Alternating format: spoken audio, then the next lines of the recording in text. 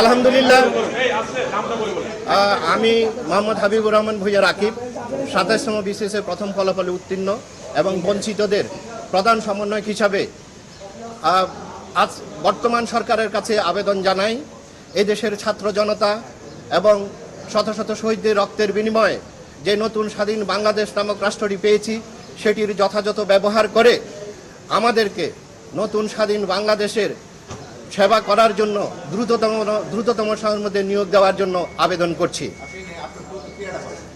আমার প্রতিক্রিয়া, আপনারা জানেন সেই সময়কার ফ্যাসিস্ট সরকার আমাদেরকে গলা টিপে হত্যা করা হয়েছিল। আমরা এই রায়ে সন্তুষ্ট এবং আমরা আমাদের অধিকার ফিরে পেয়েছি এবং আমরা যেটা দেখেছি যেখানে যেই কোর্টে অবিচার হতো সেই কোর্টে আজকে ন্যায় বিচার ফিরে এসেছে এবং মাননীয় বিচারকগণ ন্যায় বিচার প্রতিষ্ঠা করেছেন। আমরা আশা রাখছি এর ধারাবাহিকতা থাকবে এবং আমরা আমাদের অধিকার অচিরেই ফিরে পাবো এবং নির্দিষ্ট সময়ের ভিতরে নিয়োগ পাবো। আমি ডক্টর মাসুমা ২৭ বিসিএস এর প্রথম ফলাফলে উত্তীর্ণ হয়েছিলাম।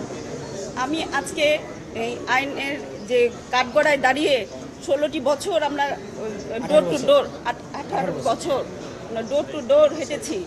আজকে যে রায় পেলাম, আলহামদুলিল্লাহ, আল্লাহর কাছে শুকরিয়া আদায় করছি এবং অন্যায় করব না। আমরা কখনো অন্যায় করব না, যে অন্যায়ের আমরা শিকার হয়েছি। সবাইকে ধন্যবাদ।